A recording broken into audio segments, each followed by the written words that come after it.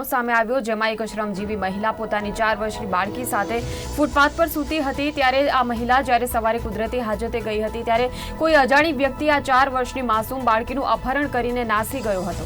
આ બાબતે ગાયકવાડ હવેલી પોલીસે ગુનો નોંધીને સીસીટીવી ફૂટેજના આધારે તપાસ કરી બાળકીને કાલુપુર વિસ્તારમાંથી શોધી કાઢી હતી અને તેની માતાને સુપરત કરી હતી, જેને લઈને પોલીસે એક આરોપીની ધરપકડ પણ કરી લીધી છે।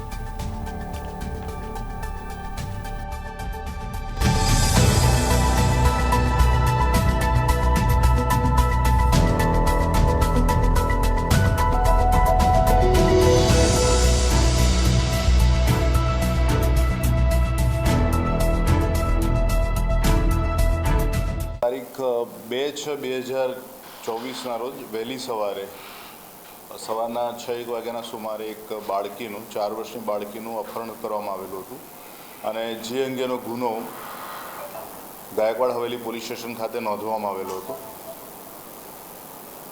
આ ગુનાની તપાસ શરૂઆતમાં ગાયકવાડ હવેલી પોલીસ સ્ટેશન દ્વારા હાથ ધરવામાં આવેલી, પરંતુ 4 વર્ષની બાળકીના અપહરણનો કેસ હોય ક્રાઇમ બ્રાન્ચ દ્વારા એની ગંભીરતાને ધ્યાને રાખી અને કાર્યવાહી હાથ ધરવામાં આવેલી। આ કાર્યવાહી દરમિયાન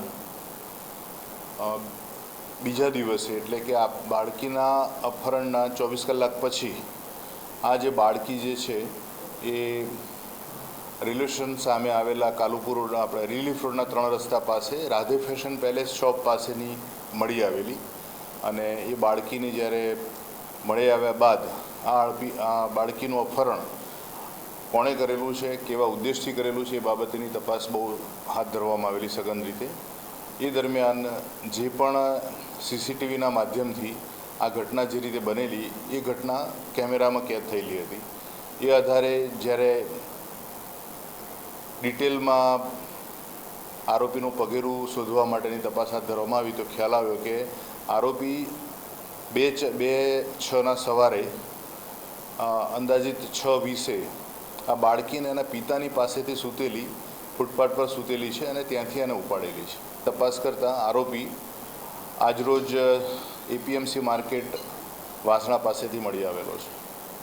આ આરોપી વિરુદ્ધ અગાઉ અમદાવાદ શહેરના અલગ અલગ પોલીસ સ્ટેશનમાં વાહન ચોરીના 7 ગુના નોંધાયેલા છે। મૂળ રાજસ્થાનનો છે, એનું નામ છે બગદારામ પ્રજાપતિ અને છૂટક મજૂરી કરે છે, કોઈ પણ જગ્યાએ રહેતો નથી।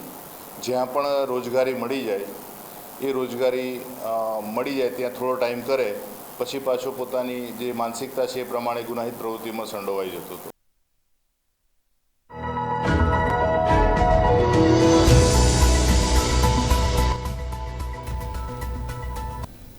અમદાવાદ મહાનગરપાલિકા દ્વારા ચોમાસા પહેલા પ્રી મોન્સૂન એક્શન પ્લાન તૈયાર કરી દેવામાં આવ્યો છે। 1-2 મુદ્દાને બાદ કરતા કોઈ પ્રકારનું નવું આયોજન આ વખતે